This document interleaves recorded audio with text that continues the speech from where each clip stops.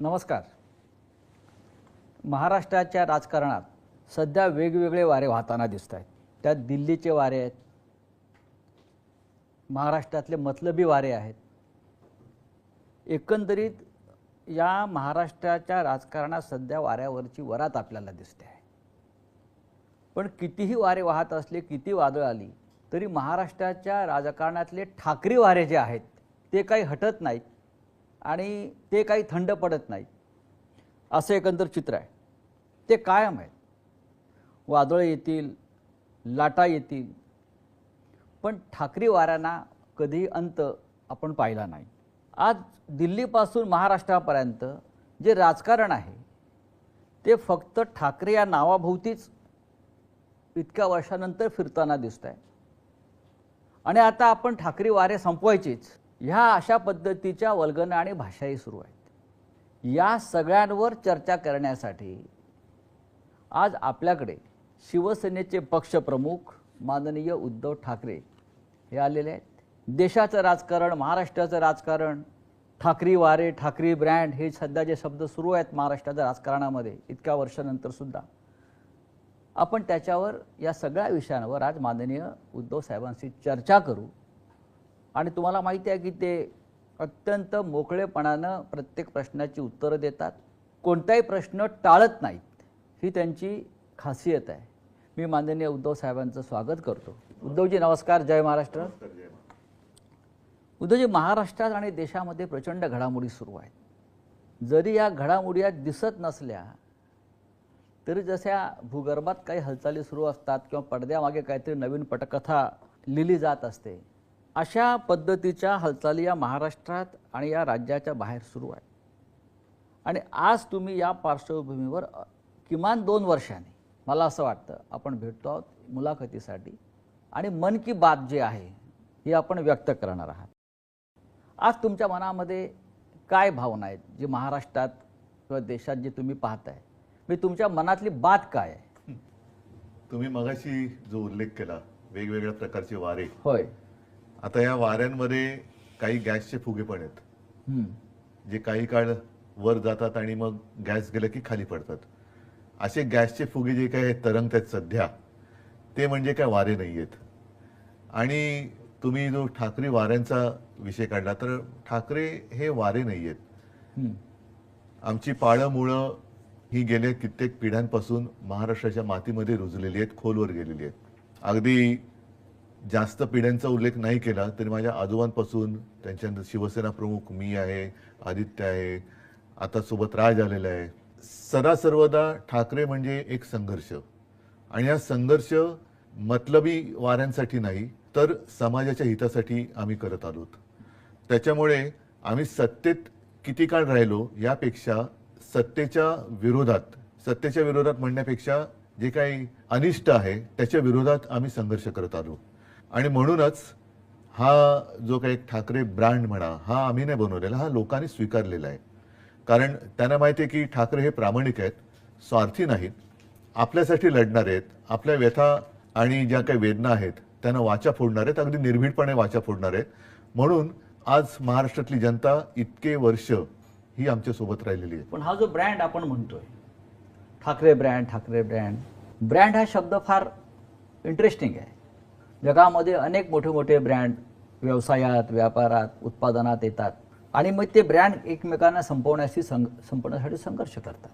पण तरी हा ठाकरे ब्रँड या देशाच्या राजकारणामध्ये 50 वर्षापेक्षा जास्त काळ टिकून राहिला. तो नुसता ब्रँड नाही तर ठाकरे म्हणजे महाराष्ट्राची आणि मराठी माणसाची आणि अर्थातच हिंदू अस्मितेची ओळख आहे. तर ही ओळख पुसून टाकण्याचा जो कोण प्रयत्न करेल, आजपर्यंत अनेक आले आणि अनेक गेले, पुसू इच्छिणारे पुसले गेगे किंवा जनतेने पण असं काय आहे ठाकरे ब्रँड मध्ये? आता ते मी कसं सांगू? ही तुमची तिसरी पिढी हा ब्रँड घेऊन राजकारणात आणि समाजकारणामध्ये आहे. ते आम्ही कसं सांगणार? हे जनतेने सांगायला पाहिजे. आता आज तर माझ्याकडे काहीच नाहीये तरी सुद्धा कुठेही गेलो तरी अत्यंत प्रेमाने आणि आपुलकीने लोक स्वागत करतात, बोलायला येतात, जे काही घडतंय त्याच्याबद्दल संताप व्यक्त करतात, हळहळ व्यक्त करतात. आणि काही झालं तरी आम्ही तुमच्या सोबत आहोत. पण हा ब्रँड संपवण्यासाठी आज दिल्लीपासून महाराष्ट्रापर्यंत वाचतायत अनेक लोक कामाला लागलेले आहेत. की आता हा ब्रँड आम्ही संपवणारच. याचं कारण त्यांना आपल्याशिवाय देशात कोणतंच नाव नको आहे. हा म्हणजे लोकशाही अगदी आहे. स्वतःची तुलना ते देवाबरोबर पण करायला लागलेत. देवा म्हणजे देवा भाऊ की प्रत्यक्ष नाही, देव? जे करतात ते लोकांना माहिती आहे बरं. की ते स्वतःची तुलना देवाबरोबर करायला लागलेत. आता अशा लोकांशी काय आपण त्यांच्याशी काय बोलायचं? हो. हे काळाच्या ओघात येतात, काळाच्या ओघात जातात. म्हणजे जसं पावसाळ्यात गांडूळ येतात आणि तसं काय म्हणा तुम्ही. आपली जी परंपरा आहे त्या परंपरेला जर कोणी मानत नसेल तर ती परंपरा सुद्धा त्यांना मानणार नाही. उद्धव साहेब, आज मगाशी आपण म्हणालात की आज माझ्याकडे काय आहे. बरोबर आहे, आज आपण सत्तेवर नाही आहात. एक कोंडी करण्याचा राजकीय दृष्ट्या आपला प्रयत्न होतो आहे. म्हटलं तर जो ब्रँड आहे ठाकरेंचा शिवसेना, तोही त्या अर्थानं लौकिक अर्थानं आपल्याकडे नाही. आपलं चिन्ह आपल्याकडे नाही. म्हणजेच ज्यांच्याकडे काही नाही आणि जे पोकळ आहेत त्यांना ठाकरे ब्रँडची मदत लागते आहे.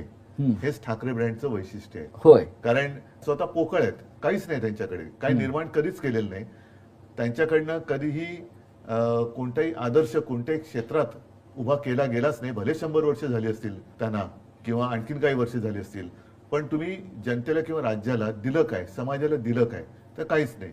मग ही ब्रँडची चोराचोरी करून आपणच त्यांचे कसे भक्त आहोत हे ठासवून स्वतःचं महत्व वाढवण्याचा त्यांचा केविलवाणा प्रयत्न सुरू आहे. पण लोक त्याला आता भुलणार नाहीत. ठाकरे ब्रँडचे भक्त आहेतच. मी ब्रँड या शब्दापेक्षा म्हणजे ठाकरेंचे भक्त आहेतच. हा, पण ते ठाकरे म्हणजे मी नेहमी सांगतो की मी कोणी नेहमी शून्य आहे. उद्धव ठाकरे याला अर्थ नाही, उद्धव बाळासाहेब ठाकरे याला अर्थ आहे. म्हणून तर लोक ते जे काही म्हणजे बाळासाहेब नेहमी सांगायचे की नेहमी लक्षात ठेव की मी स्वतः म्हणजे शून्य आहे. आपल्या पूर्वजांचे आशीर्वाद, त्यांची पुण्य आहे, त्याला कधी विसरू नकोस. आम्ही आहोत ते त्यांच्या पुण्यामुळे आहोत, आम्ही शून्य आहोत. गेले काही दिवस सातत्यानं माझ्या मनात एक प्रश्न असा येतो, जसं मगाशी म्हटलं की पक्ष नाही, चिन्ह नाही, तरी फक्त या ठाकरे या नावावर तुमचा संघर्ष सुरू आहे. ठाकरे ह्या नावावरती नाही, म्हणजे ठाकरे संघर्ष करतायत. ठाकरे संघर्ष करतायत. त्याच्यामुळे आमचं नाव तर कोणी चोरू शकत नाही. पण तो तेही चोरण्याचा प्रयत्न होईल. आणि समजा चिन्ह किंवा इतर काही चोरतील, लोकांचं प्रेम कसं चोरणार? लोकांचा जो आमच्यावर विश्वास आहे तो कसा चोरणार? तो खोक्यातनं नाही ना विकला जात. पण जेव्हा पक्ष चिन्ह जेव्हा चोरलं तेव्हा काही लोकांनी मातोश्रीवरती सुद्धा हक्क सांगण्याचा प्रयत्न केला. आता आम्हाला मातोश्री ही द्या, ठीक आहे, आता आम्हाला ठाकरे नाव ही द्या. त्यांच्या मातोश्रीचा अपमान आहे. होय. जे स्वतःच्या मातोश्रीला मानत नाही. हो. ज्यांनी या ठाकरे ब्रँडवरती प्रश्नचिन्ह निर्माण केलं आणि ज्यांनी माझी शिवसेना खरी आणि माझं चिन्ह खरं असा भ्रम निर्माण केला निवडणूक आयोगाच्या माध्यमातून किंवा त्यांच्या दिल्लीतल्या मालकांच्या माध्यमातून, ते स्वतःची डुप्लिकेट शिवसेना भाजपात विलीन करायला निघालेले आहेत. याकडे तुम्ही कसं पाहता? मुख्यमंत्री पदासाठी त्यांच्याकडे दुसरा पर्याय काय? कारण त्यांच्या गुरुपौर्णिमेचं संपूर्ण वर्णन आपण केलं. हो. आणि ते आपण केलेल्या वर्णनात ते सगळे चित्रच आमच्या सगळ्यांच्या डोळ्यासमोर उभं राहिलं की काय काय तिकडे झालं. तर असे जे असतात त्यांना माहिती परावलंबीच असतात. ही जी शिवसेना आहे उद्धव साहेब, कुठली जी आपली तीच शिवसेना आहे, नाहीच. पण अमित शहा, निवडणूक आयोग यांनी अधिकृतपणे जी शिवसेना दुसऱ्यांच्या हातात दिली आहे, ते अशा प्रकारे शिवसेना भाजपात कशा प्रकारे विलीन करू शकतात? नाही, शेवटी त्यांना हे शिवसेनेचं अस्तित्व संपवण्याचा प्रयत्न आहे का? हो, पण ते संपवू शकत नाहीत ना. इतके वर्ष होऊनही जनतेला ते माझ्यापासून तोडू शकत नाहीत. हेच तर त्यांचं दुःख आहे. त्याच्यामुळे आता शेवटचा पर्याय तोच आहे की जो त्यांचा पहिला पर्याय होता की जाऊन घालीन लोटांगण वंदीने चरण करायचं. कारण दुसरा पर्यायच नाहीये. किती काही चोराचोरी. बघा, एक गोष्ट सांगतो मी, हे मागे जाहीर सभेत बोललेलं आहे, कदाचित शिवसेनेचं निवडणूक चिन्ह हे निवडणूक आयोग दुसऱ्याला देऊ शकेल किंवा ते गोठवू शकेल. खरं गोठवायला पाहिजे जर असा वाद असेल. पण शिवसेना नाव ते दुसऱ्याला देऊ शकत नाही. तो अधिकारच नाही निवडणूक आयोगाला. कारण ते शिवसेना हे नाव माझ्या आजोबाने आणि माझ्या वडिलांनी दिलेलं आहे. उद्या मी निवडणूक आयुक्ताचं नाव बदलून त्याचं नाव धोंड्या ठेवलं तर अधिकार आहे का? पण मग जर माझं नाव बदललं तर मी त्याला धोंड्याच म्हणणार. तर त्या धोंड्याला हा पक्षाचं नाव बदलण्याचा अधिकार नाहीये. तो चिन्ह तुम्ही काढून घेऊ शकता. जर लोकशाही पद्धतीमध्ये आम्ही काही वेडवाकडं वागलो असेल, ज्याला करप्ट प्रॅक्टिस म्हणतात त्याला, पण संविधानानुसार असेल किंवा इतर काही गोष्टीनुसार असेल, त्याच्यात जर आम्ही चूक केलेली नसेल तर ते आमचं चिन्हही काढू शकत नाही. मतांची टक्केवारी वगैरे हा जे काही असेल ते त्या चिन्हापुरतं आहे. पण नाव नाही देऊ शकत. पण त्याच्यामध्ये धोंड्याने हे केलं ना. त्या धोंड्याने ते बेकायदेशीर केले. त्या धोंड्याला शिवसेना नाव दुसऱ्याला देताच येत नाही ना, तो त्याच्या अधिकारच्या बाहेरच आहे. पण त्या धोंड्याला शेंदूर फासणारे दिल्लीत बसलेत म्हणून चालतंय. कारण एक धोंड्या गेला आणि दुसरा धोंड्या त्या खुर्चीवर बसलाय आणि तरी तो निर्णय बदलायला तयार नाही. पण ते लोक नाही ऐकणार त्यांचं. शेवटी चोरीचा माल जो आहे, आता तुम्ही चोरून मतं मिळवलीत आणि त्याच्यावरती जर का मर्दुमकी गाजवत असाल तर चोर तो चोरच आहे. उद्धव साहेब, गेल्या वर्षभरात राज्यात आणि देशामध्ये अनेक घडामोडी घडल्या म्हणा, उलटापालटी झाल्या म्हणा. लोकसभेच्या निवडणुका होऊन 1 वर्ष झालं. या 1 वर्षात सुद्धा बऱ्याच घडामोडी देशात आपण घडताना पाहिल्या. मुख्य म्हणजे 1 वर्षापूर्वी नरेंद्र मोदींनी लोकसभेतलं बहुमत गमावलं. मोदीसारख्या विष्णूच्या अवतारानं लोकसभेत बहुमत गमावणं, याकडे तुम्ही कसं पाहता? काय होतं की ते एक आपल्यामध्ये काही म्हणी म्हणा किंवा काही गोष्टी आहेत की तुम्ही कदाचित सर्वजणांना एकदा मूर्ख बनवू शकता. एकाला तुम्ही सर्वदा मूर्ख बनवू शकाल, पण सर्वांना सर्व काळ मूर्ख बनवू शकत नाही. मला असं वाटतं याच्यामध्ये सगळं आलं. हळूहळू त्या जे काही गारूड टाकलं होतं त्यातनं लोक बाहेर पडायला लागलेत आणि आता तर आणखीन पडलेत. शेवटी तुम्ही किती काळ लोकांना देणार? म्हणजे 5 वर्ष दिली, 10 वर्ष दिली. ही 5 वर्ष आणि 10 वर्ष ही जनतेच्या आयुष्यातली, म्हणजे देशाच्या आयुष्यातली आहेत. देशाच्या आयुष्यातली ही वाया गेलेली वर्ष. म्हणजे 14 साली समजा 10 वर्षाची लोक होती, ती आता मुलं होती, ती आता आली ना 21व्या वर्षात आली. मग त्यांना 21व्या वर्षानंतर तुम्ही 10 वर्षापूर्वी जे काय सांगितलं होतं की आम्ही एवढ्या नोकऱ्या देऊ, आम्ही असे उद्योग देऊ, आम्ही असं ते देऊ, ते कुठे आहेत? आणखीन 10 वर्ष खूप झाली. देश म्हणजे आपला किती कोटी अब्जाचा झाला आता? 140 कोटी. म्हणजे दुसरं काही नसलं तरी जगामध्ये नंबर 1 आपण लोकसंख्येत आहोत. तिसरी अर्थव्यवस्था, महाअर्थव्यवस्था झाली नसली. नाही, पण एक मी काल वाचलं एका ठिकाणी की अमेरिकेतली एक कंपनी, तिची अर्थव्यवस्था ही आपल्या देशापेक्षा जास्त आहे, जी गेल्या 10-1 वर्षापूर्वीच जन्माला आलेली कंपनी आहे. बरं. आणि तिची अर्थव्यवस्था ही आपल्या देशाच्या अर्थव्यवस्थेच्या बरोबरीने किंवा आपल्या देशाच्या अर्थव्यवस्थेपेक्षा जास्त आहे, एका कंपनीची. मोदींनी जे बहुमत गमावलं त्यात महाराष्ट्राची भूमिका अत्यंत महत्वाची. हो. महाराष्ट्रानं लोकसभेला आपण सगळ्यांनी, जी इंडिया ब्लॉक होता किंवा महाविकास आघाडी असेल, 31 जागा एकत्रित जिंकल्या. हे कसं शक्य झालं? याचं कारण त्यावेळेला महाविकास आघाडी खूप ताकदीने आणि एकजुटीने लढली.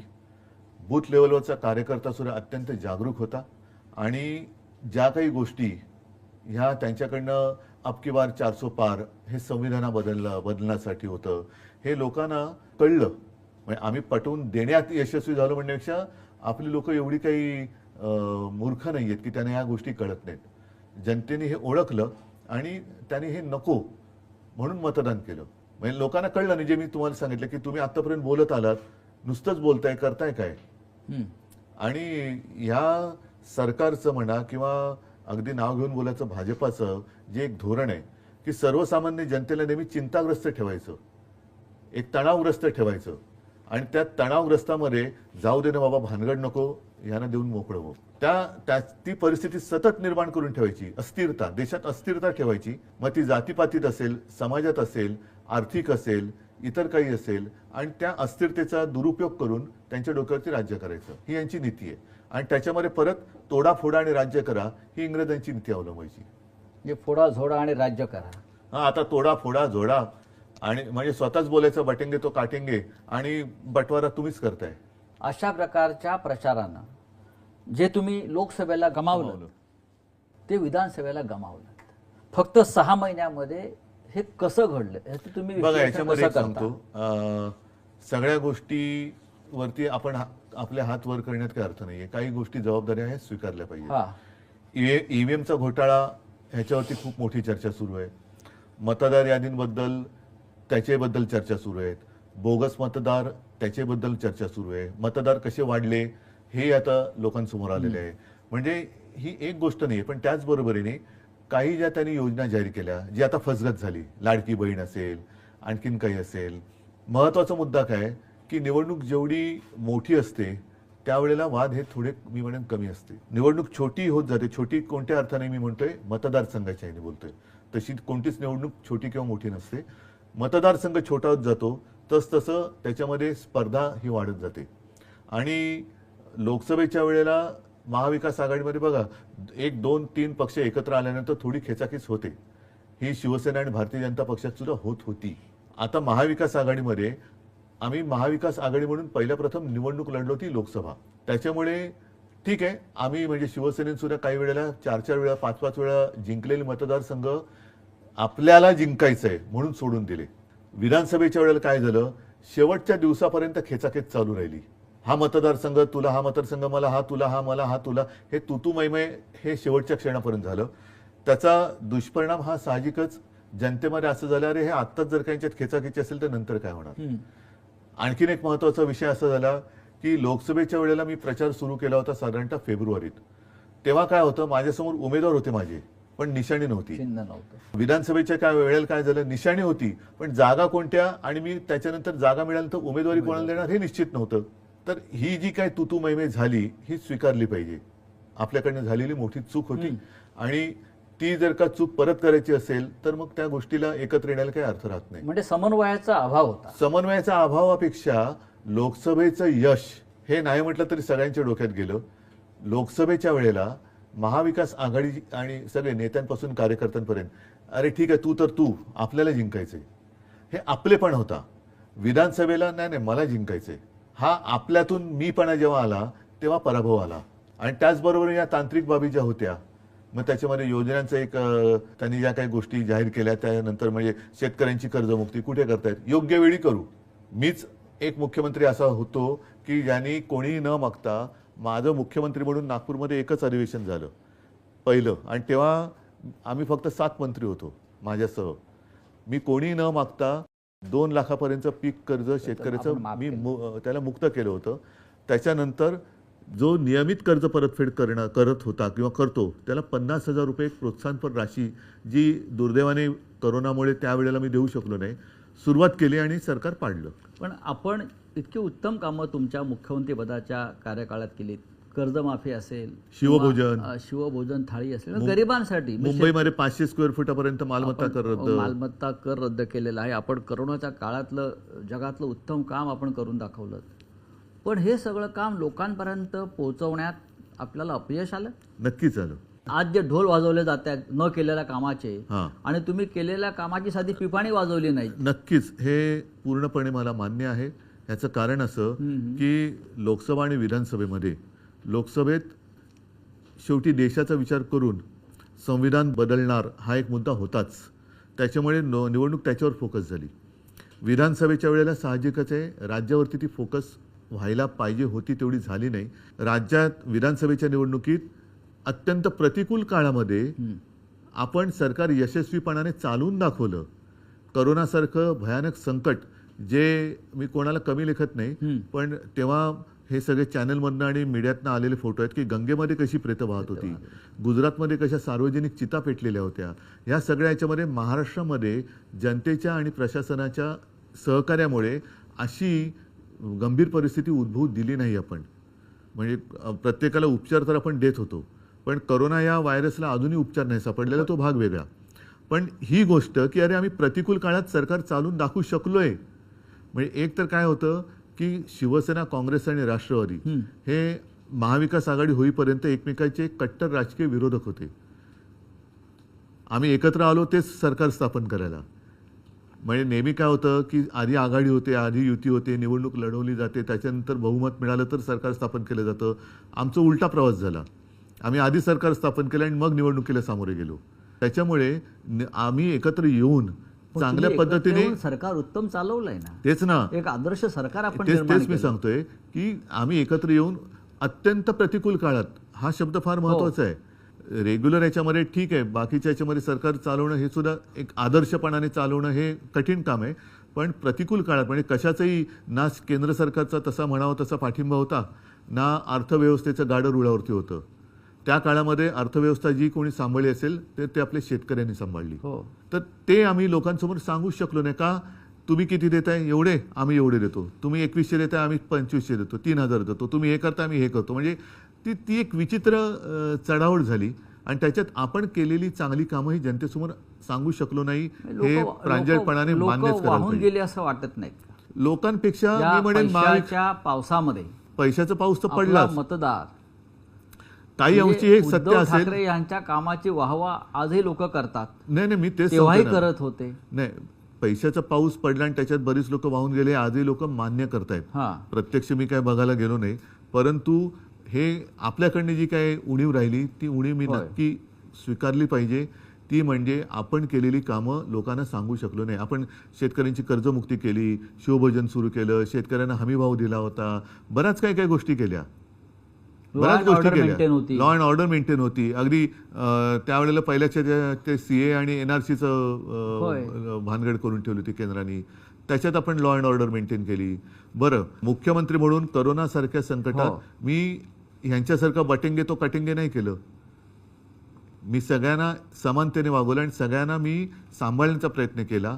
ज्या ज्या वेळेला आवश्यक होतं त्या त्यावेळेला मी स्वतः काही गोष्टींची जबाबदारी घेऊन लोकांसमोर गेलो फेसबुक लाईव्हच्या माध्यमातून आणि जनतेला सांगितलं. आणि जनतेने नाही ते सोडून द्या, जनतेने मला कुटुंबातला एक मानला, आपल्या कुटुंबातला एक ज्यांची मी कधी प्रत्यक्ष भेट घेतलेली नाही अशी लोक मला त्यांच्या कुटुंबातला एक व्यक्ती मानतात. हे याच्यासारखं दुसरं समाधान ते कोणतं, भाग्य ते कोणतं? भारतीय जनता पक्षाला स्वबळावर इतक्या जागा मिळतील म्हणजे याच्यामध्ये हे त्यांच्या स्वप्नातही त्यांना वाटलं नसेल. तुम्हाला असं वाटलं होतं का? मला नाही, मी म्हटलं ना, त्यांनाही त्यांच्या स्वप्नात कधी वाटलं नसेल. भाजप सोडा, पण शिंदे गटाला 50च्या वर जागा मिळाला, हा जादूटोणा आहे की काय? कदाचित त्यांनी डायनोसॉरच कापला असेल. असं कापाकापीतून मतदान होतं असं त्यांना वाटतं. पण कारण अचानक 50च्या वर जागा अशा पक्षाला मिळाव्यात. पहिली गोष्ट एक सांगतो, ह्या जादूटोणा वगैरे या विषयावरती माझा तर काही विश्वास नाही. म्हणजे या भाकड कथा आहे, सध्याच्या आहे, पण त्यातून एकच आहे की त्यांची मानसिकता कळते की दुसऱ्याचं वाईट व्हावं हे त्यांच्या कृत्यातून कळतं. म्हणजे ते रेडा कापला असेल त्यांनी तर त्या रेड्याचा जीव नाहक गेला, त्याच्यामुळे काय घडतंय असा माझा अजिबात विश्वास नाही. पण त्यांच्या कृतीतून त्यांच्या मनातलं जे काळं बेरं आहे ना ते लोकांसमोर येतं. म्हणून त्याला काळी विद्या म्हणतात, कारण त्यांच्या मनातलं जे काळेपण आहे ते लोकांसमोर येतं.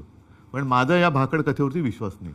जे निकाल लागले महाराष्ट्रामध्ये, राहुल गांधी म्हणतात, राहुल गांधी एक महत्त्वाचे नेते आहेत, लोकसभेतले विरोधी पक्ष नेते आहेत.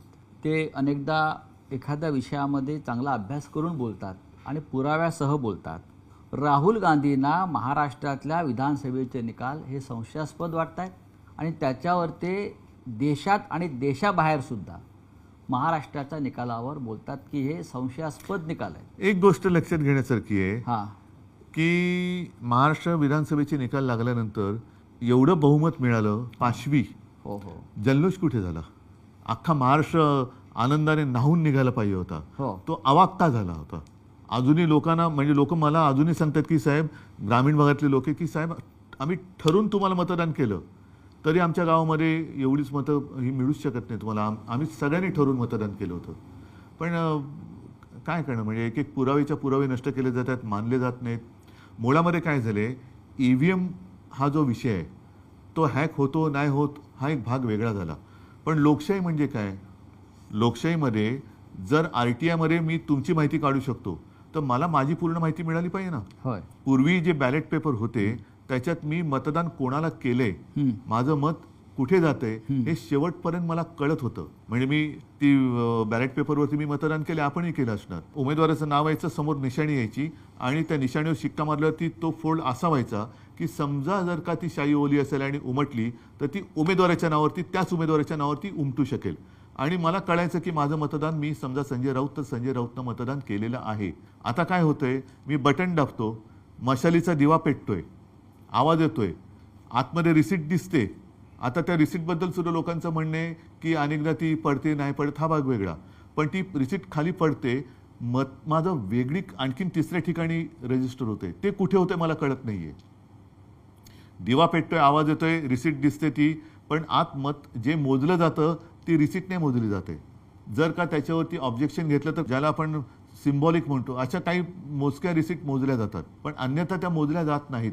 व्हीव्हीपॅटवरचं जे काय आहे ते मोजलं जात नाही. त्याच्यामुळे आत मत रजिस्टर कुठे झाले हे माझा कळण्याचा अधिकार तुम्ही हिरावून घेतले. तुम्हाला अजूनही वाटतं की मतदान हे मतपत्रिकेवरच व्हायला पाहिजे? नक्कीच व्हायला पाहिजे. तुम्ही शेवटी एक आहे की का ईव्हीएम का आणलं? वेळ जातो म्हणून. वेळ जातो. मग वेळ मतमोजणीत लागत असेल तर एक एक महिना निवडणूक प्रक्रिया चालते, तो वेळ का नाही धरत त्याच्यात? माझ्याकडे जर 1 तारखेला मतदान झालं महाराष्ट्रात आणि दुसरीकडे बिहारमध्ये वगैरे 30 मेला मतदान होत असेल तर मधला वेळ माझा गेलाच ना. मग फरक काय पडतो? 30 तारखेनंतर 4 दिवस तुम्ही मतमोजणीत लावले तर काय असं मोठं आव्हान कोसळते? आणि अनेक म्हणजे अगदी मला वाटतं अमेरिकेत वगैरे सुद्धा अजूनही बऱ्याच ठिकाणी बॅलेट पेपर आहे. सर्वत्र UK मध्ये, ब्रिटनमध्ये पण बॅलेट पेपर आहे. मग ते काय आपल्यापेक्षा मागास देश आहेत? जर तुम्हाला वेळ वाचवण्यासाठी हे करत असाल आणि स्वतः मोदींचं भाषण आहे त्यावेळेला बॅलेट पेपरच्या विरोधात, सगळ्यांत भारतीय जनता पक्षाने विरोध केलेला आहे ईव्हीएमच्या विरोधात. हो, देशाचे सरन्यायाधीश भूषण गवई यांच्या आईनंही मागणी केली आहे. मग हे देशाचे सरन्यायाधीश असलेल्या गवईंच्या आईनंही, कमलाबाईंनी ताईने सांगितलेलं आहे की निवडणुका या बॅलेट पेपरवरच व्हायला पाहिजे. तसंच आहे ते. आणि मग का व्हायचं तर होऊ दे ना. मग त्याच्यानंतर तुम्ही जिंकलात आणि तुम्हाला 288 पैकी 500 जागा मिळाल तरी मग आम्ही कोणी काय बोलू शकतो? याच्यात एक महत्त्वाचा फॅक्टर जो राहुल गांधी सांगतात, 60 लाख अचानक वाढलेलं मतदान संध्याकाळी 5 नंतर आणि मतदार यादीतला झालेला ठरवून केलेला घोळ, नावं कापणं. आता बिहारमध्ये काय घडत होतं तेच आहे ते की तुम्ही तुमची आयडेंटिटी महाराष्ट्रामध्ये सुद्धा निवडणूक प्रक्रियेच्या आधी नाही, आता जरा बिहारमध्ये ज्याला आता कोर्टाने मला वाटतं स्थगिती दिली, ते काय होतं नीट सांगा? मतदारांनी स्वतःची ओळख पटवून द्यायची. म्हणजेच तुम्ही एनआरसी आणलात. हो, म्हणजेच एनआरसी आणलात ना. मी इतके वर्ष राहतोय, माझ्याकडे मग आधार कार्ड हे काय? हा मोठा फ्रॉड आहे. रेशन कार्ड, आधार कार्ड हा फ्रॉड आहे. आधार कार्डचं प्रिंटिंग आणि जे काय सगळं केलं जाते हा फ्रॉड आहे. जर ते तुम्ही धरणार नसाल तर तो फ्रॉड आहे. मग ते पण कॉन्ट्रॅक्टर कोण आहेत, काय आहेत? मग हे आधार कार्डची हे आणली कोणी? मग आधार कार्ड फ्रॉड आहे का जाहीर करा. आणि आयडेंटिटी म्हणजे काय देणार तुम्ही? आणखीन काय? म्हणजे हा एनआरसी तुम्ही आणलात आहे ना, एनआरसीच आणलात आणि तो आपल्या सगळ्या हिंदूंना पण लागू झाला. त्याच्यामध्ये आता 1 नेशन 1 इलेक्शन लादलं जात आहे. ह्यांची संपूर्ण वाटचाली एकाधिकारशाहीकडे चाललेली, हुकुमशाहीकडे चाललेली आहे. सगळं पहिलं आम्हालाही गोंडस वाटलं होतं कारण तेव्हा काश्मीरमध्ये काय त्याला वेगळे पंतप्रधान वगैरे असे ते एक शब्द होता. त्याच्यामुळे आम्ही सुद्धा त्या एका बहकाव्यात आलो. काश्मीरमध्ये 370 कलम काढलं पाहिजे याच्यावरती त्याही वेळेला ठाम होतो आम्ही, पाठिंबा दिला आणि आजही मी ठाम आहे. त्याच्याबद्दल दुमत नाहीये, त्याच्याबद्दल दुमत नाही. पण एक निशाण, एक विधान आणि एक प्रधान.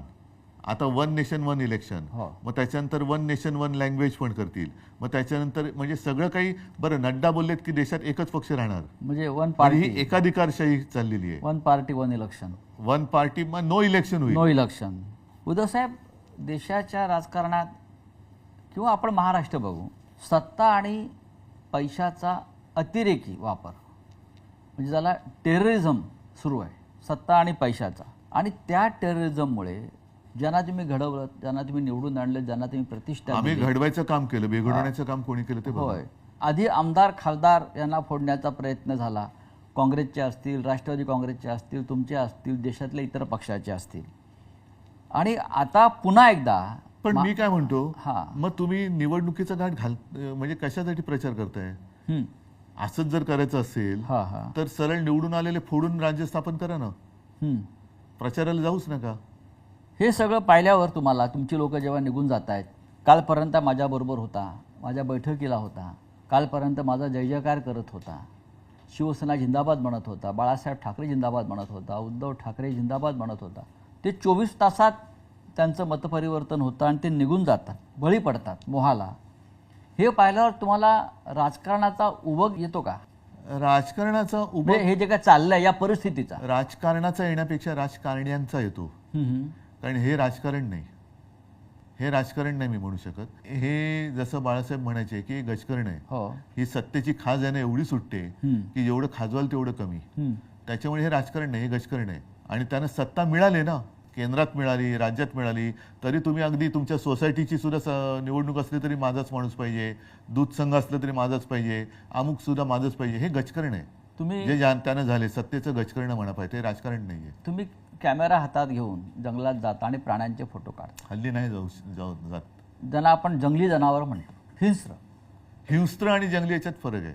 पण त्यापेक्षा राजकारणात लोक अधिक जंगली आणि हिंस्त्र झालेले आहेत. नाही, म्हणून मी म्हटलं नाही, जंगली प्राणी म्हणजे हिंस्त्र नाही. हिंस्त्र हे राजकारणी हा असतात, हा जंगली प्राणी नाही. हा हा जंगलात कारण नसताना कोणी कोणावरती हल्ला नाही करत. हम्म. अगदी वाघ, सिंह वगैरे त्यांना भूक लागल्याशिवाय ते शिकार करत नाहीत, कारण तो शेवटी निसर्ग नियम आहे. होय. अदरवाईज ते पण भाजीपाला खाऊन जगत असते, जसं हत्ती खातो किंवा इतर सुद्धा व्हेजिटेरियन प्राणी आहेत. पण वाघाचं जर हेच तशी असेल तर तो पुरतीच शिकार करतो. उगाचच असं प्राणी मारून तो फ्रीजमध्ये ठेवत नाही. जसं राजकीय पक्ष हा. सध्या काही म्हणजे जसे करतायत. आता सगळे सत्ता मिळाली तरी सुद्धा आणखीन आमदार घ्या, आणखीन खासदार घ्या, असं वाघ सिंह नाही करत की मारून आज आता एक हरण मारलं तर उद्यासाठी आणखीन एक मारू, कारण त्यांच्याकडे फ्रीज नाहीये. हे काय करतात, हे राजकारण्यांना फोडतात आणि आपले सत्तेच्या शीतकपाटात ठेवून देतात थंड करून. हे जे आउट गोईंग सुरू आहे मोठ्या प्रमाणात, त्याला उपाय काय? काही वेळेला साचलेल्या डबक्याला थोडंसं एक आउटलेट द्यावं लागतं आणि नवीन झरा यावा लागतो. ज्या गोष्टी आपण थोडंसं, मी असं म्हणेन की एखाद्या वेळेला भावनेच्या भरात किंवा प्रेमामुळे आपण करत नाही आणि त्या माणूस अयोग्य आहे, पण काय करणार, तो स्वतःहून जातो आणि त्याची जागा नवीन दुसरा माणूस घेतो. तेव्हा बरं वाटतं की अरे साले बला गेली एक. शिवसेना हा एक विचार होता आणि आहे जो माननीय बाळासाहेब ठाकरे आता जे आमच्यातनं गेले ते तिकडे जाऊन काय काय दिवे लावतात तुम्ही बघताय. होय. त्याच्यामुळे असे हे दिवटे गेलेले बरे ना. होय. आता ते जिकडे गेले तिकडे काय प्रकाश पडतात तो कळतोय तुम्हाला. काय लोहचुंबकाचा असर कमी झालाय का? लोक जे चिटकून राहायचे पक्ष म्हणून, विचार म्हणून, ज्याला शिवसेना एक लोहचुंबक आहे असं साहेब अनेकदा म्हटलंय. नाही, पण त्याच्यामध्ये तुम्ही जर बघाल तर सर्वसामान्य जनता आणि साधा कार्यकर्ता, ज्याला विचारा कधी तो काही मागण्यासाठी माझ्याकडे आलाच नाही ना, शिवसेना प्रमुखांकडे आला होता, त्यांच्या पिढ्यानपिढ्या आज सुद्धा शिवसेनेसोबत आहे. कोण गेलं? ज्यांना काही ओळख नव्हती आणि ज्यांना मोठं केलं ती लोक काही गेली, पण ज्यांनी मोठं केलं ती लोक अजूनही माझ्यासोबत आहेत. आणि तीच खरी शक्ती आहे आणि तीच खरी यांची पोटदुखी आहे की अरे हे अजून संपत कसं नाही. मग ही पोटदुखी अनेकदा अशा पद्धतीनं बाहेर येते. जसं गिरीश महाजनसारखे मंत्री आहेत भाजपचे, ते सातत्यानं त्यांचं एक वक्तव्य असतं की मी शिवसेना जमीन दोस्त करेन. शिवसेना जमिनीचा दोस्तच आहे. हा, म्हणून तर शिवसेना तुम्ही संपू शकत नाहीत, कारण आमचे पाय जमिनीवरती आहेत आणि मुळे जमिनीच्या खाली गेलेत. त्याच्यामुळे आम्ही जमिनीचे दोस्तच आहोत. हा, तुम्ही जमिनीचे शत्रू आहात, म्हणून तुम्ही मुंबईसह सगळी जमीन ही तुमच्या मित्राच्या घशात घालताय. तुम्ही जमीन शत्रू आहात, आम्ही जमीन दोस्ती करणारे दोस्त आहोत.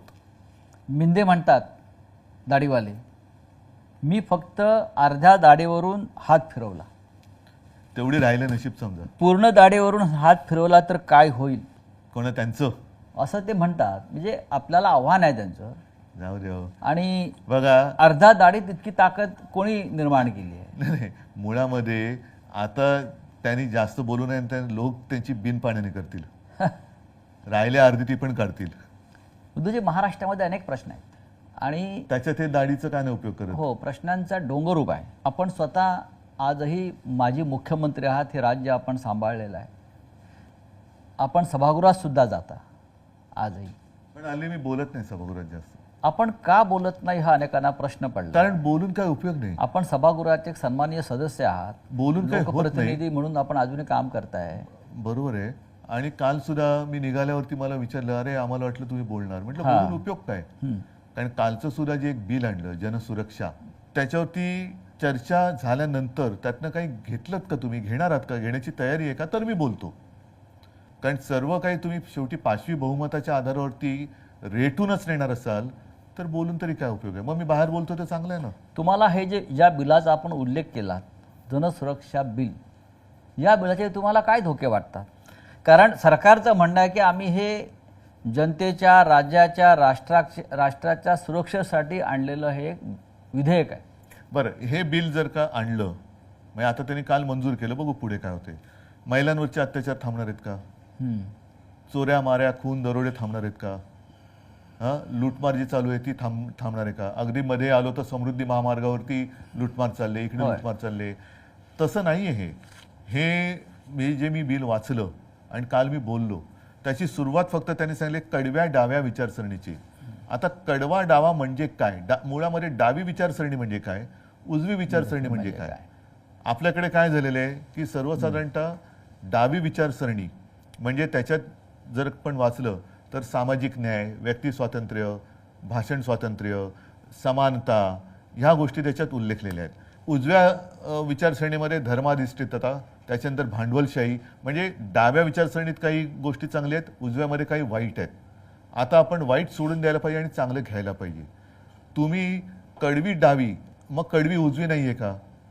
जर का उजवी विचारसरणी ही धर्मावरती आधारित असेल तर काल तुम्ही पत्रकारांसमोर बोलताना जो विषय बोललो की पेहलगाममधल्या अतिरेक्यांनी धर्म विचारून गोळ्या घातल्या, मग ते कडव्या उजव्या विचारसरणीचे म्हणून त्यांना तुम्ही सोडून देणार आहात का? तर असं करण्यापेक्षा तुम्ही दहशतवादी, देशविघातक, देश विघटनकारी या शक्तींविरोधी आतापर्यंत आपण लढत आलेलो आहोत. अमित शहा पण बोललेत की आता नक्षलवाद संपत आलेला आहे. नक्षलवाद किंवा दहशतवाद संपवायला आमचा पूर्ण पाठिंबा. या कायद्याचा राजकीय दृष्ट्या गैरवापर होईल अशी भीती वाटते. जसा मिसाचा झाला, नाही पण टाडा नावाचा कायदा आला, मिसा आला आणीबाणीमध्ये, पोटा आला, असे अनेक कायदे याच कारणासाठी आणि त्या सगळ्या कायद्यांना भारतीय जनता पक्षाने विरोध केला होता. आणि आज त्याच प्रकारचा कायदा नाव बदलून महाराष्ट्रामध्ये आत्ताच गेल्या 8-10 दिवसापूर्वी भारतीय जनता पक्षाने देशभर आणीबाणीचा 50वा दिवस विचित्र पद्धतीने त्याची आठवण करून देण्यासाठी केली. आता हीच लोक होती यांनी त्यावेळेला आणीबाणीला विरोध केला होता. आता तीच लोक आहेत जे आणीबाणी आणू इच्छित आहेत किंवा आणीबाणी त्यांनी ऑलरेडी अघोषित आणलेली आहे. म्हणजे ज्या गोष्टीला तेव्हा त्यांनी विरोध केला होता तीच गोष्ट ते आता आणतायत. निदान इंदिरा गांधींनी उघड तरी केलं होतं की आणीबाणी लागते किंवा लावतंय, यांच्यामध्ये ती हिंमत नाहीये. आता तुम्ही सुद्धा एका कायद्याचे बळी पडलातच ना. तुम्हाला सुद्धा PMLAच्या याच्यात काय संबंध होता तुमचा? त्याच्यानंतर कोर्टाने तुम्हाला सोडलंच. हा जो प्रकार आहे ना की तू आमच्या पक्षात नाही तर तुला टाळत टाकतो, आमच्या पक्षात नाही तर तुला मिसाला होतो, म्हणजे तिसरा कोणता मोका आहे आणि मोका आहे PMLA असे आहे. म्हणजे आता जर का दहशतवाद किंवा नक्षलवाद संपवत आणला असेल तर आत्ता का कायदा आणताय? जर तुमच्याकडे 64 नावं आहेत तर ती नावं जाहीर करा, त्यांची पापं जाहीर करा आणि त्यांच्यावरती बंदी टाका. आम्ही कुठे काय म्हणतोय? आम्ही कधीही आत्ता सुद्धा मध्ये जे काय घडलं त्याच्यामध्ये सर्व पक्षांनी, राजकीय पक्षांनी पंतप्रधानांनी सांगितलं तुम्हाला देशासाठी चांगल्यासाठी जे करायचं करा, आम्ही तुमच्या सोबत आहोत. मग तसं आम्ही प्रत्येक वेळेला आत्तापर्यंत नक्षलवाद तुम्ही संपवलं, तिथले जे काही आत्तापर्यंत जेवढे काही पोलीस अधिकारी तिथे ड्युटी करून काही रिटायर झाले असतील, काही कदाचित पोलीस शिपाई, पोलीस अधिकारी त्यांचं बलिदान तिकडे झाले, सीमा सुरक्षा दलाचे जवान असतील, नागरिक असतील, यांनी शौर्याने त्यांचा मुकाबला केला नक्षलवाद्यांचा. हा कायदा तुम्ही आत्ता आणताय, पण त्या लोकांनी त्यांचं शौर्य गाजवलं आणि शौर्य गाजवून त्यांनी तो नक्षलवाद संपवत आणलाय. उद्धव साहेब, महाराष्ट्रामध्ये गेल्या 3 महिन्यात 675 शेतकऱ्यांनी आत्महत्या केल्या. त्यांची सुरक्षेचा कायदा कुठे? 675 शेतकऱ्यांनी 3 महिन्यात बरं, कर्जबाजारीपणा, नापिकी. एकच तुम्ही आता शेतकऱ्यांचा विषय हा आपण सोडायचा नाही, पण 1-2 वर्षापूर्वी उत्तरेतले शेतकरी रस्त्यावरती उतरले होते, त्यांना सुद्धा नक्षलवादी बोलले होते. मग नक्षलवादी कोण?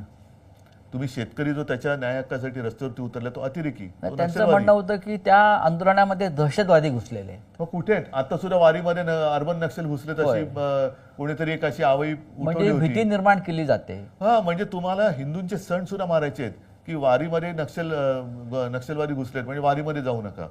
म्हणजे कोणतं हिंदुत्व आहे तुमचं? कोणत्या या राज्यातल्या सरकारची तुम्हाला मानसिकता काय दिसते? मानसिकता त्यांची पूर्णपणाने गोंधळलेली आहेत. त्यांना सत्ता जी मिळाली तिचं नेमकं करायचं काय हेच कळत नाहीये. कोणासाठी सत्ता मिळवली? 675 शेतकऱ्यांच्या आत्महत्या या महाराष्ट्रात होतात, देशात त्याची चर्चा होते, जगभरातल्या माध्यमांनी त्याची दखल घेतली. देशात सर्वाधिक शेतकऱ्यांच्या ज्या सर्वाधिक आत्महत्या झाल्या त्याच्यात महाराष्ट्र नंबर 1 आहे. म्हणजे महाराष्ट्र गुंतवणुकीत नंबर 1 नाही, महाराष्ट्र रोजगार देण्यात नंबर 1 राहिलेला नाही. महाराष्ट्राची घसरण अनेक कायदा सुव्यवस्थेत झालेली आहे, पण शेतकऱ्यांच्या आत्महत्येमध्ये जर महाराष्ट्र नंबर 1 असेल तर या सरकारविरुद्ध विरोधी पक्ष रान का उठवत नाही? बघा, निवडणुकीच्या आधी तर आम्ही रान पेटवलं होतं, ज्याचा परिणाम चांगला लोकसभेत आला. त्याच्यानंतर आता असं झालेलं आहे की नाही म्हटलं तरी सगळेच जण अवाक झाले की अरे एवढं वातावरण सगळं दिसताना असा निकाल लागू कसा शकला. त्याच्यामुळे सगळेच राजकीय पक्ष हे अवाक झालेत, जनता सुद्धा अवाक झालेली आहे की असं घडलं कसं. आता तो जो काही धक्का होता, नक्कीच धक्का होता. म्हणजे जे जिंकले त्यांनाही विजयाचा धक्का होता आणि आम्हाला सुद्धा पराभवाचा धक्का होता. साहजिकच आहे, धक्का म्हटल्यानंतर त्यातून थोडंसं सावरणं हे गरजेचं असतं. आता या गोष्टी जनतेच्या लक्षात आल्यात की अरे हे सगळं ही एक काहीतरी डोळ्यावरती पट्टी बांधली गेली आणि आत्ता ह्या संघर्षाला नुसती सुरुवात नाही तर धार येईल. कारण शक्तीपीठ महामार्ग आहे, कोणासाठी करताय? राज्याकडे पैसे नाही, लाडक्या बहिणींना द्यायला पैसे नाही, इथून आदिवासींचे पैसे तिकडे वळवा, यांचे पैसे तिकडे वळवा. मुंबई महानगरपालिका आता त्याच्या तिजोरीवरती यांनी डल्ला मारलाय, 2.5 लाख कोटीचं देणं करून ठेवलेलं आहे. म्हणजे इकडे पैसा नाही आणि तिकडे कॉन्ट्रॅक्टरची धन करण्यासाठी तुम्ही कॉन्ट्रॅक्ट काढतायत. शेतकऱ्यांची शेती म्हणजे आत्महत्या करणाऱ्या शेतकऱ्याला पैसे द्यायला यांच्याकडे पैसे नाहीत, पण शेतीतनं जाणारा रस्ता करणाऱ्या कॉन्ट्रॅक्टरला देण्यासाठी यांच्याकडे पैसे आहेत. म्हणजे ठेकेदारांसाठी चालवलेलं हे राज्य आहे. ठेकेदारांचं सरकार आहे. प्रचंड भ्रष्टाचार तुम्हाला दिसतोय. खड्डे पडतात रस्त्यावरती, पूल पडतायत. काल परवाकडे गुजरात मधला पूल पडला. म्हणजे भ्रष्टाचाराचे वेगळे वेगळे नमुने तुम्हाला या राज्यात भ्रष्टाचाराचे दिसतात. महामेरू आहे ते. त्याच्यानंतर ठेकेदारीचं राज्य सुरू झालेलं आहे. या सगळ्या परिस्थितीमध्ये सुद्धा महाराष्ट्रात जातीपातीचं राजकारण आजही कायम आहे किंवा ते ठेवलं जात आहे. महाराष्ट्र जातीत फाडला जावा आणि त्यानंतर ही फोडाफोडी करून आपलं राज्य कायम ठेवावं, ही भूमिका या राज्यकर्त्यांची आहे. दुसरं करू काय शकतात ते? मी जे बोललो ना की लोकांच्या घराच्या होळ्या पेटवायच्या आणि त्याच्यावरती आपल्या पोळ्या भाजायच्या. मग ते कधी हिंदू मुस्लिम कर, मग हिंदूंमध्ये मराठेतर कर, मराठी माणसामध्ये पुन्हा मराठी अमराठी कर, पुन्हा त्याच्यामध्ये म्हणून जे बाळासाहेबांचं वाक्य आहे, मराठेतर, ब्राह्मणेतर, 96 कुळी 92 कुळी, स्पृश्य अस्पृश्य, घाटी कोकणी, हे सर्व भेदाभेद गाडून मराठी माणसाची भक्कम एकजूट बांधा. आता तीच एकजूट ही यांच्या मुळावर येते म्हणून आता त्याच्यात तोडफोड करतायत. पण मराठा समाज रस्त्यावरती उतरला, त्यालाही सरकारनं थंड केलं सगळ्यांना. त्यांच्या मागण्या आता फार रेटल्या जात नाहीत. ओबीसीना त्यांच्या विरुद्ध उभं केलं, त्यांच्याही मागण्या अद्याप मान्य झालेल्या नाहीत. मग ह्या सगळ्याचं शेवटी समाजात ही भेदाभेदी करून राजकारण करायचं, निवडणुका लढायच्या आणि निवडणुका आल्यावरती सगळ्यांना विसरायचं, हे कुठपर्यंत चालणार? हे खरं थोडं विस्ताराने बोलण्याची गरज आहे. छत्रपती शिवाजी महाराजांचे 12 किल्ले, ऐतिहासिक 12 किल्ले युनेस्कोच्या जागतिक वारसा यादीमध्ये आले. याकडे तुम्ही कसं पाहता? नक्कीच अभिमानाची गोष्ट आहे आणि त्यासाठी साहजिकच आहे आपलंही सरकार काम करत होतं. मी त्याच्यात कोणाचाही कमीपणा देत नाहीये. सगळ्यांनी प्रयत्न केले आणि केलेच पाहिजेत. मात्र युनेस्कोने त्या यादीत घेतल्यानंतर तिकडे गेल्यानंतर मात्र त्या किल्ल्यांची दुरावस्था लोकांना दिसता कामा नये. तिकडे चांगलं आपण काम केलं गेलं पाहिजे. मग एक चांगलं आल्यानंतर महाराष्ट्रात काय बघा, किंवा ते बघण्यासाठी सरकार काही करू दे, निदान त्यावेळेचं शिवशाही कशी होती आणि कसा आमचा राजा होता, कसा आमचा देव होता, त्यांनी कसं राज्य केलं, कोणत्या प्रतिकूल काळामध्ये त्यांनी लढा दिला आणि हे गड किल्ले कसे बांधले, त्याचा उपयोग कसा करून घेतला. आपण स्वतः त्याचा अभ्यास केला, म्हणूनच मी आपण स्वतः त्याचं सांगतोय. म्हणजे छायाचित्रण भूगोल केलं. आणि इतिहास यांचा सुंदर मिलाफ त्याच्यामध्ये, सुंदर मिलाफ आहे त्याच्यामध्ये. हे सगळे जे किल्ले आहेत, असं चढून जायचं म्हटलं तर आज सुद्धा आपण जाऊ शकणार नाही. त्यावेळेला मावळे, छत्रपती शिवाजी महाराज, अगदी जिजामाता सुद्धा कशा काय वरती येत जात असतील. आणि त्याच्यानंतर तिकडनं हे राज्य, आता तेव्हा मोबाईल नव्हते, आता सोशल मीडिया, व्हॉट्सअप ग्रुप वगैरे सगळं पटापट ते जातं सगळीकडे. तेव्हा ना मोबाईल, ना दिवे, ना फोन, ना काही, तरी त्या अशा दुर्गम भागातनं राज्य स्थापन करणं आणि ते चालवणं ही एक अनाकलनीय गोष्ट आहे, जी आजपर्यंत आपल्याला कधी कळली नाही आणि आपल्याला कधी ती साधली पण जाणार नाही. का आपण आपला इतिहास विसरत चाललेलो आहोत? इतिहास विसरण्या, इतिहासाचं राजकारण चाललंय. इतिहासाचं नको त्या, म्हणजे इतिहासातल्या नको त्या गोष्टी ज्या आता पुसायला लागलेत ही लोक. नव्याने इतिहास लिहिला जाईल की काय अशी भीती वाटायला लागली. आणि माझ्या खेरीस या देशात कोण जन्मालाच आलं नाही असंच एक चित्र निर्माण करण्याची परिस्थिती निर्माण झालेली आहे. उद्धवजी धन्यवाद. पहिल्या भागामध्ये आपण अनेक महत्त्वाच्या प्रश्नांना मोकळेपणानं उत्तरं दिली. थोडं थांबूया आणि आपण दुसऱ्या भागाकडे वळूया.